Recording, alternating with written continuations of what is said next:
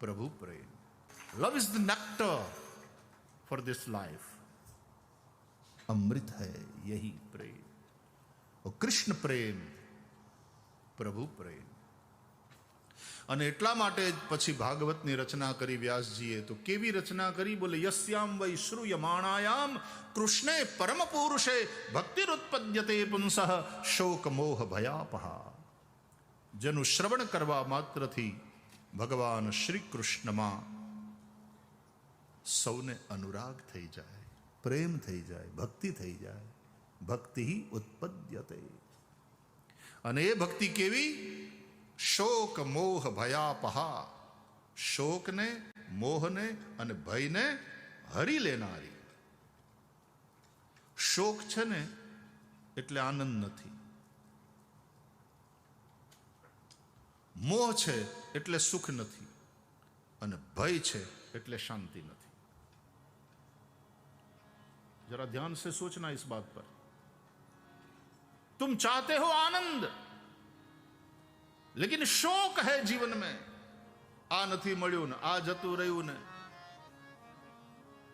એનો શોક. इंग्लिश में शोक नहीं, गुजराती वाળો शोक.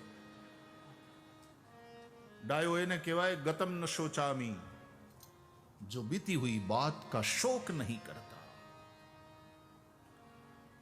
હરખ ને શોક ની જેને આવે નહીં હેડકી પાનબાઈ ને જેને આઠે પહોર રેવે આનંદ. બાઈ ને જેને આઠે પહોર રેવે આનંદ. વર્તમાનમાં જીવે. જોઈએ છે આનંદ, એને બદલે શોક. જોઈએ છે સુખ, પણ મોહને કારણે સુખ નથી. ખપે છે શાંતિ, પણ ભયને કારણે શાંતિ નથી. હજી આના ઉપર વધારે વિશ્લેષણ કરો તો શોક ભૂતકાળથી સંબંધિત હોય છે, મોહ વર્તમાન કાળથી સંબંધિત હોય છે, અને ભય ભવિષ્યકાળથી સંબંધિત હોય છે.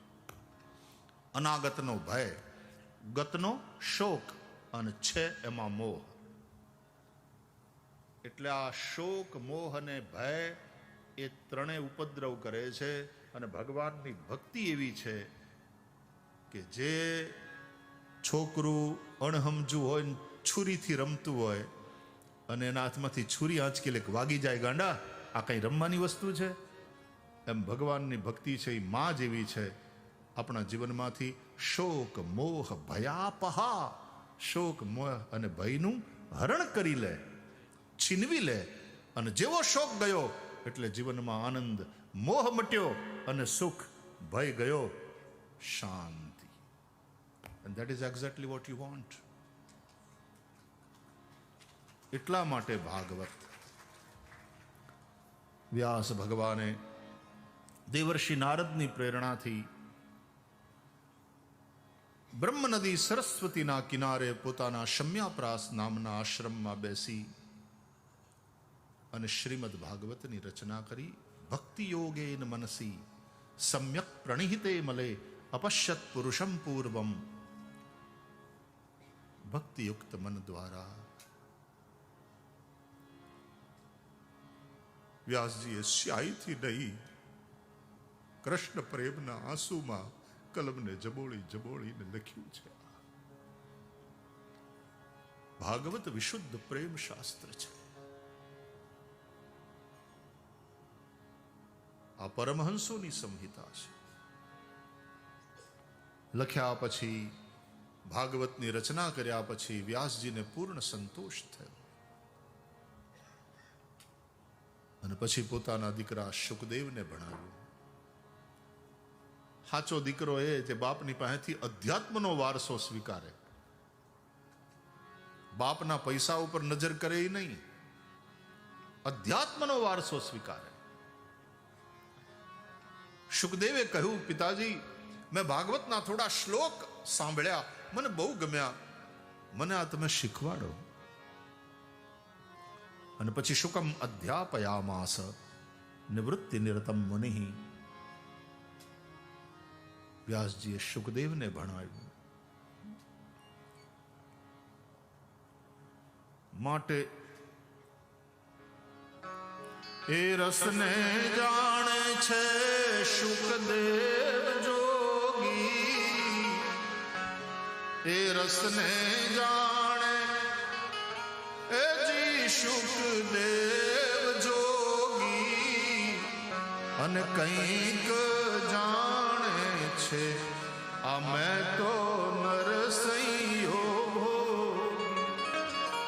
જેણે રે શ્રી કૃષ્ણ ચરણ રસ ચાખ્યો, જેણે રે શ્રી કૃષ્ણ ચરણ રસ ચાખ્યો, એણે રે સંસારને મિથ્યા કરી નાખ્યો, એણે રે સંસારને મિથ્યા કરી નાખ્યો.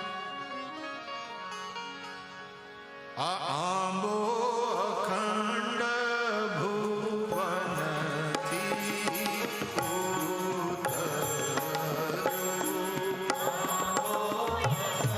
થોડી પંક્તિઓ.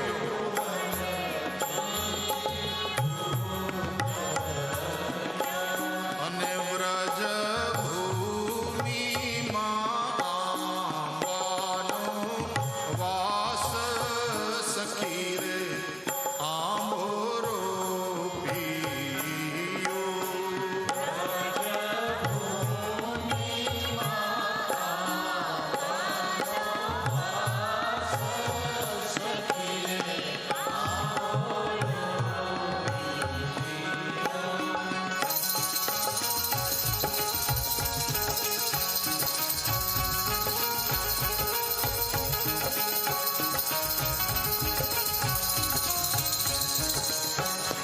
એ ફળ શ્રી શુકદેવજી વેડીને લઈ ગયા.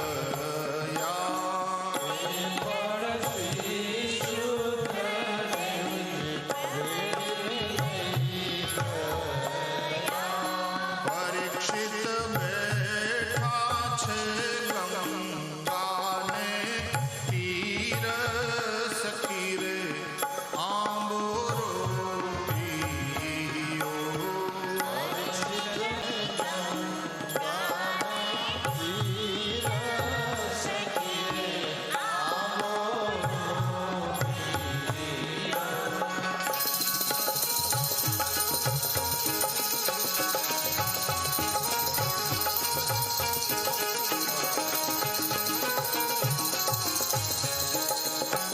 સાત દિવસમાં શ્રી કૃષ્ણ પદમાળ્યું.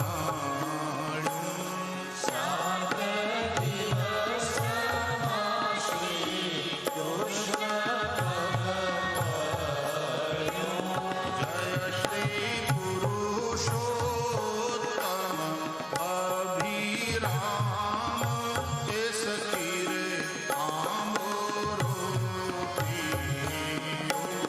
જય શ્રી પુરુષોત્તમ અભિરામ સખી રે આંબો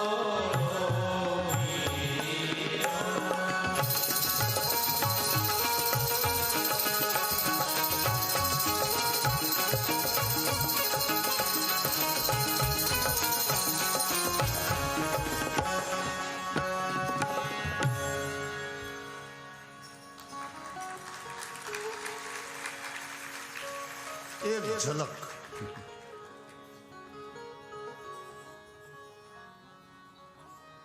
શુકદેવને ભણાવ્યું ને શુકદેવજીએ ગંગાને કિનારે અનશન વ્રત લઈ બેઠેલા રાજા પરીક્ષિતને સંભળાવ્યું.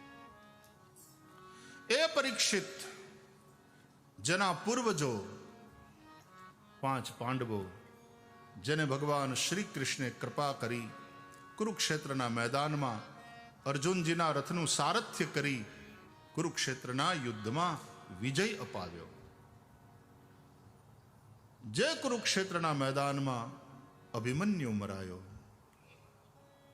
અને એ અભિમન્યુનો બાળક, અભિમન્યુની વિધવા પત્ની ઉત્તરાના ઉદરમાં હતો.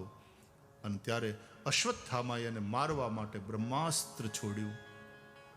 એનાથી બચવા માટે ઉત્તરા ભગવાન દ્વારકાધીશ પ્રભુના શરણે આવી અને ભગવાને ઉત્તરાના શ્વાસ દ્વારા ઉત્તરાના ઉદરમાં પ્રવેશ કરી અશ્વત્થામાના બ્રહ્માસ્ત્રના તેજને શાંત કર્યું, ઉત્તરાના ગર્ભની રક્ષા કરી. અશ્વત્થામાએ 5 બાણ માર્યા હતા 5 પાંડવોને મારવા માટે. ભગવાને સુદર્શન ચક્રથી એ 5 બાણને કાપી નાખ્યા. બહાર એમણે રક્ષા કરી પાંડવોની અને અંદર પેટમાં ગર્ભમાં રક્ષા કરી પરીક્ષિતની. પાંડવોના વંશને આગળ વધારનાર પરીક્ષિત ઉત્તરાના પેટમાં હતા, ત્યાં એની રક્ષા કરી. અને એટલા માટે જ કુંતાજી ભગવાનની સ્તુતિ કરતા કહે છે, અંતર બહિરવસ્થિતમ. નારાયણ, આ પ્રાણી માત્રના ભીતર પણ રહેલા છો, સૌની બહાર પણ આપ જ રહેલા છો. નમસ્યે પુરુષંતુ વાદ્યમ ઈશ્વરમ પ્રકૃતે પરમ અલક્ષ્યમ સર્વભૂતાનાં અંતર બહિરવસ્થિતમ.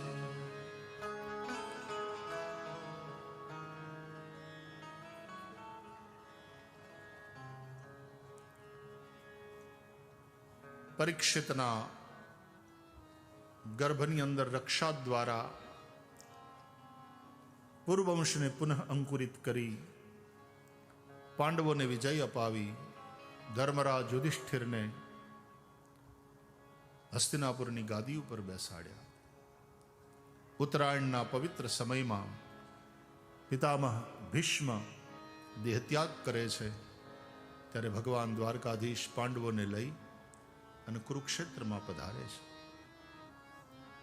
અનેક ઋષિઓ મહાભારતમાં મહાન પાત્ર આ ધરતી છોડીને વિદાય થવાની તૈયારી કરે છે, ત્યારે એના અંતિમ દર્શને આવ્યા છે.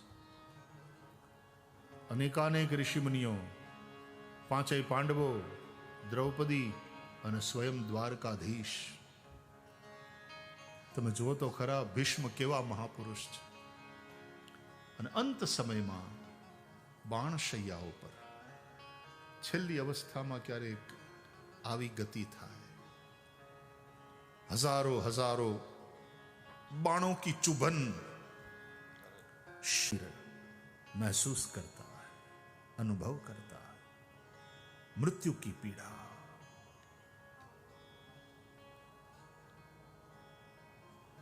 जब प्राण कंठ आवे कोई रोग ना सतावे, यम दर्श ना दिखावे, जब प्राण तन से निकले इतना तो करना स्वामी, जब प्राण तन से निकले गोविंद नाम लेकर फिर प्राण तन से निकले. श्री गंगा जी का तट हो, यमुना का बंसी बट हो, वो मेरा सांवरा निकट हो. आज इनका सांवरा निकट है. દ્વારકાધીશ પોતે ત્યાં ઉભા છે. ભીષ્મ પિતામહે મરતા પહેલા, દેહ છોડતા પહેલા ધર્મરાજ યુધિષ્ઠિરને ધર્મનો ઉપદેશ કર્યો અને દ્વારકાધીશ ઉભા હતા. સ્વયં શ્રી કૃષ્ણ અંતે દર્શન દેવા આવ્યા છે. સદેવ દેવો ભગવાન પ્રતિક્ષતામ કલેવરમ યાવદિદમ હિનોમ્યહમ પ્રસન્નહાસારુણલોચનોલ્લસન મુખાંબુજો ધ્યાનપથશ્ચતુર્ભુજ. હે દેવોના દેવ, બાપ પ્રતીક્ષા કરજો મારી. જ્યાં સુધી મારા પ્રાણ આ શરીરને છોડીને જાય નહીં, ત્યાં સુધી તમે આ જગ્યા છોડીને જશો નહીં. હવે આમ ને આમ ઊભા રહો મારી આંખો સામે, મને દર્શન દેતા, મારા ઉપર કૃપાની વર્ષા કરતા. અંત સમયે પિતામહ ભીષ્મે વિશુદ્ધ ધારણાથી મનને ભગવાનમાં જોડી પ્રભુની સ્તુતિ કરી.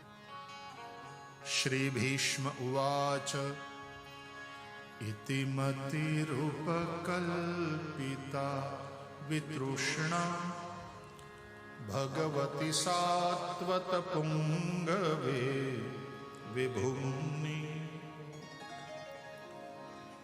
સ્વસુખમુપગતે ક્વચિદ વિહર્તુમ પ્રકૃતિમુપેયુષી યદ્ભવ પ્રવાહ.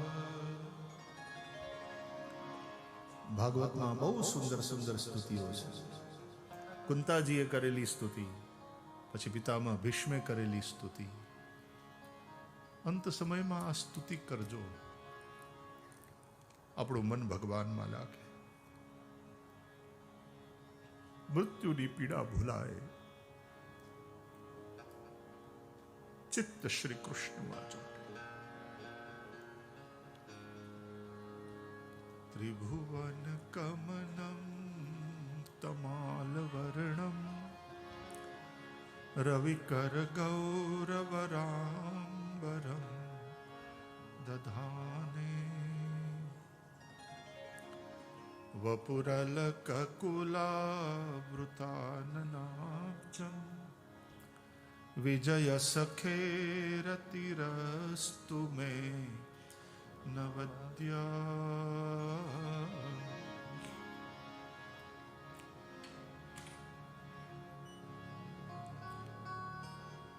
બહુ સુંદર સ્તુતિ છે ભીષ્મની.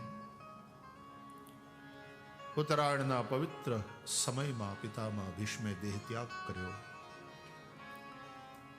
એના પ્રાણ એના આત્મામાં જ લીન થઈ ગયા. સોંતઃ શ્વાસ ઉપારમત. પછી ભગવાને યુધિષ્ઠિરને હસ્તિનાપુરની ગાદી ઉપર બેસાડી. યુધિષ્ઠિર કોણ છે? ધર્મ, ધર્મરાજ કહેવાય ને.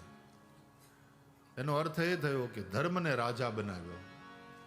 ધર્મનું શાસન ભગવાનના અવતારનું પ્રયોજન છે. ધર્મ સંસ્થાપનાર્થાય સંભવામી યુગે યુગે. અવતારનો જે એજન્ડા હતો ને એ ભગવાને પૂરો કર્યો. પરિત્રાણાય સાધુનામ વિનાશાય ચ દુષ્કૃતામ ધર્મ સંસ્થાપનાર્થાય સંભવામી યુગે યુગે. પછી ભગવાન દ્વારકા પધારે છે. વિદુરજી તીર્થયાત્રા કરવા ગયા હતા, એ પાછા આવે છે. ધૃતરાષ્ટ્ર ગાંધારીને સમજાવી પોતાની સાથે લઈ જાય છે ગંગાના કિનારે. અને ત્યાં ગંગા કિનારે ભગવાનનું ભજન કરતા કરતા ધૃતરાષ્ટ્ર ગાંધારી એ પરમપદને પામે છે. મહારાજ પરીક્ષિતનો જન્મ થયો છે. બ્રાહ્મણો આવ્યા. પરીક્ષિતના ભવિષ્ય કથન માટે વિનંતી કરી પાંડવોએ. એટલે કહ્યું કે આ શિબી જેવો શરણાગત વત્સલ થશે, દશરથ નંદન રામ જેવો સત્યસંધ, સમુદ્ર જેવો દુસ્તર, રંતિદેવ જેવો ઉદાર, મૃગેન્દ્ર સિંહ જેવો વિક્રાંત,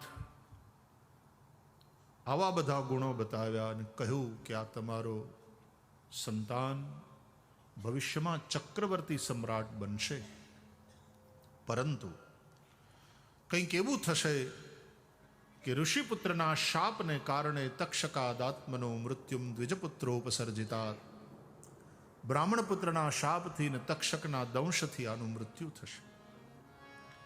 સાંભળીને પાંડવોને ચિંતા થઈ કે અમારો દીકરો જો બ્રાહ્મણના શાપથી મરે તો એની સદગતિ ન થાય. એટલે બ્રાહ્મણોએ કહ્યું કે ચિંતા ન કરો, ભગવાનની કૃપા આના ઉપર છે. બ્રાહ્મણનો શાપ પણ આના માટે વરદાન બની જશે. શ્રોત્રિય બ્રહ્મનિષ્ઠ સદગુરુના શરણે જઈ શ્રીમદ ભાગવતનું શ્રવણ કરી માત્ર 7 દિવસમાં આ મુક્તિને પામશે. પરીક્ષિત મોટા થવા લાગ્યા. આ બધી કથાઓ છે, આપ સૌ જાણો છો. સંક્ષેપમાં કહીએ, પાંડવો સ્વર્ગારોહણ કરે છે. પરીક્ષિત હસ્તિનાપુરના રાજા બને છે. ગંગાના કિનારે એમણે અનેક અશ્વમેધ યજ્ઞ કર્યા. એકવાર દિગ્વિજયના સમયમાં ધર્મ અને ધરતીને પીડા આપતો કલિયુગ એમણે જોયો અને એ કલિપુરુષનો રાજા પરીક્ષિતે નિગ્રહ કર્યો. ધર્મ ધરતીની રક્ષા કરી. કલિયુગે સ્થાન માગ્યા ત્યારે મહારાજ પરીક્ષિતે દ્યુતમ પાનમ સ્ત્રીય સૂના યત્રા ધર્મશ્ચતુર્વિધ પહેલા 4 સ્થાન આપ્યા. પરસ્ત્રી સંગ, દ્યુત એટલે કે જુગાર, પાન એટલે સુરાપાન, શરાબ, નશો, અને ચોથું હિંસા. આ 4 સ્થાન આપ્યા. કલિયુગ તારે આમાં રહેવું. કલિયુગે કહ્યું કે મારો પરિવાર મોટો છે, એકાદ જગ્યા જરા વધારે આપો તો મારો સમાવેશ થઈ શકે. પુનશ્ચ યાચમાનાય જાતરૂપ મદાત પ્રભુ. એણે ફરીથી જ્યારે માગણી કરી ત્યારે ઉદારતાપૂર્વક મહારાજ પરીક્ષિતે એને 5મું સ્થાન આપ્યું. જા તું સુવર્ણમાં રહેજે. સુવર્ણ ધન સંપત્તિ, અને એમાં અનિતિથી મેળવેલી હોય તો એમાં કલિયુગનો વાસ છે. આ 5 સ્થાન એવા મળ્યા કલિયુગને કે એના દ્વારા બીજા 5 સ્થાન એને આપોઆપ મળ્યા. તતોનૃતમ મદમ કામમ રજો વૈરંચ પંચમમ. એક શ્લોકો બહુ સમજવા જેવા છે. હવે આપણે એક જ સત્રમાં કથા કરવી ને ક્યાંથી બધું પૂરું થાય. તતઃ અનૃતમ, અનૃત એટલે અસત્ય, મદ અહંકાર, કામ વ્યભિચાર, રજઃ રજોગુણથી ઉત્પન્ન વેર,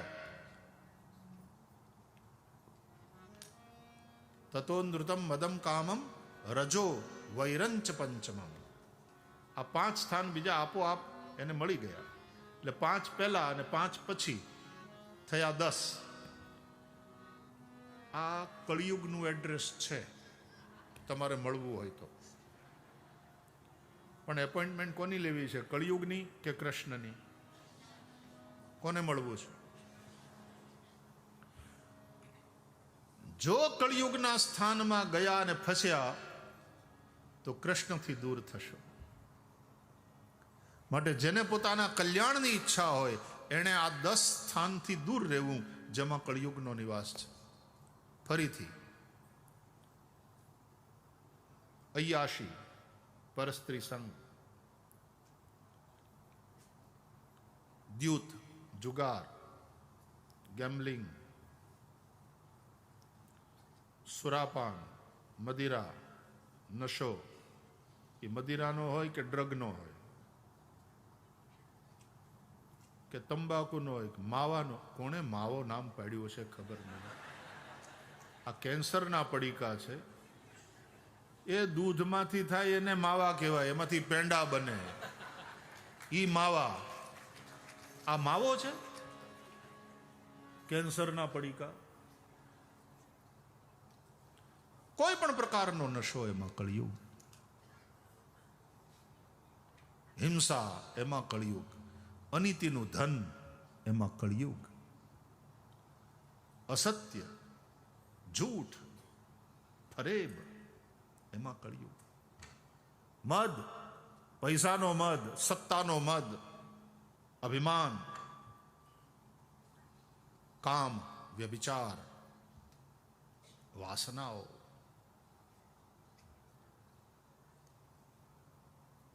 રજોગુણથી ઉત્પન્ન ક્રોધ અને વેર.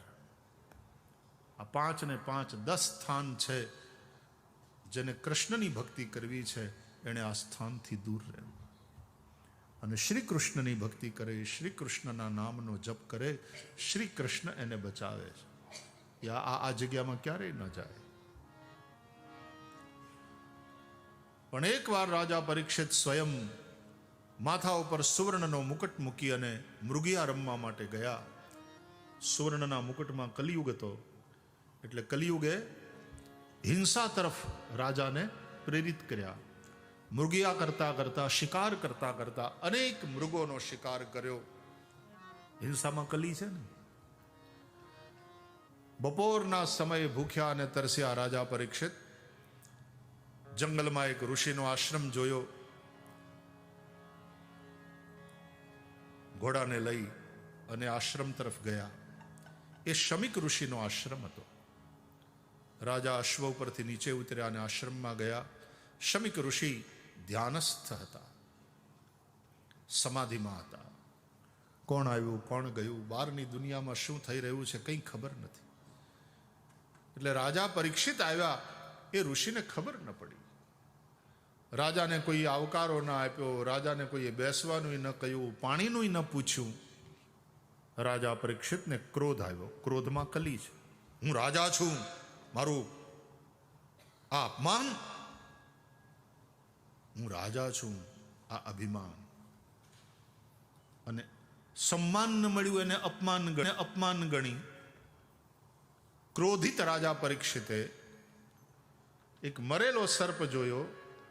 પોતાના ધનુષ્યથી એને ઉઠાવી ઋષિના ગળામાં નાખ્યો. ઋષિ તો સમાધિમાં હતા અને સમાધિમાં જ રહ્યા. પરીક્ષિત ગુસ્સામાં ત્યાંથી જતા રહ્યા. આ દ્રશ્ય કોઈએ જોયું અને એ ઋષિનો દીકરો કૌશિકી નદીમાં સ્નાન કરતો હતો. ત્યાં જઈને કોઈકે કહ્યું કરે, એ શૃંગી, તું અહીંયા નદીમાં ધુબકા મારે છે અને ત્યાં તારા પિતાના ગળામાં કોઈ રાજાએ મરેલો સર્પ નાખ્યો. ઋષિના દીકરાને ક્રોધ આવ્યો. મારા નિરપરાધ બાપના ગળામાં મારા બાપનો ગુનો શું? અને રાજા આવા કામ કરે? કોઈ બીજા આવું કરે તો આપણે જઈને રાજાને ફરિયાદ કરીએ, પણ સ્વયં રાજાએ આવું કર્યું? આ રાજાઓ સત્તા અને સંપત્તિના અભિમાની થઈ ગયા છે. અરે એની પાસે સત્તાનું બળ છે તો અમારું આ બ્રાહ્મણોની પાસે તપનું બળ છે. ગાયત્રી જપી છે અમે. આજે રાજાને હું દેખાડીશ કે તપનું બળ વધે કે તમારા સત્તા કે સંપત્તિનું. ક્રોધમાં આવીને ઋષિપુત્રે કૌશિકી નદીનું પાણી લીધું હાથમાં. ઇતિ લંઘિત મર્યાદમ તક્ષકઃ સપ્તમેહની દક્ષંતિ સ્મ કુલાંગારમ. કુલાંગાર, જે રાજાએ મારા નિરપરાધ પિતાના ગળામાં મરેલો સર્પ નાખ્યો છે, એનું આજથી 7મે દાડે જીવતો તક્ષક કરડે ને મૃત્યુ થાય. શાપ આપ્યો ઋષિપુત્રે. देखा जाए तो ये कथा हम सब की है. काल रूपी तक्षक 7મે દાડે સૌને ડસવાનો. સપ્તાહના દિવસ જ 7 છે. रवि सोम मंगल बुध गुरु शुक्र शनि, 7 ही तो दिन है, 8वां कोई दिन ही नहीं है. 7 दिन में से ही किसी एक दिन ये काल रूपी तक्षक डसेगा. जातस्य ही ध्रुवो मृत्यु, जे जन्मे છે એનું મરણ નિશ્ચિત છે. કૃતો સ્મર કૃતમ સ્મર. મૃત્યુને યાદ કરો, મૃત્યુને સંભાળો. એક દિવસ મરવાનું છે, એક દિવસ જવાનું જ છે. કોઈ રોકાયું નથી, રોકાઈ શકવાનું નથી. એ દિવસ યાદ કરો. એક દિન સાહેબ મારો સૌને સંભાળશે. ઈ લેખા લેશે ધણી પલ પલ કો. એ સાયાજી અમને ડર રે લાગ્યો સોઈ દન. ડર રે લાગ્યો સો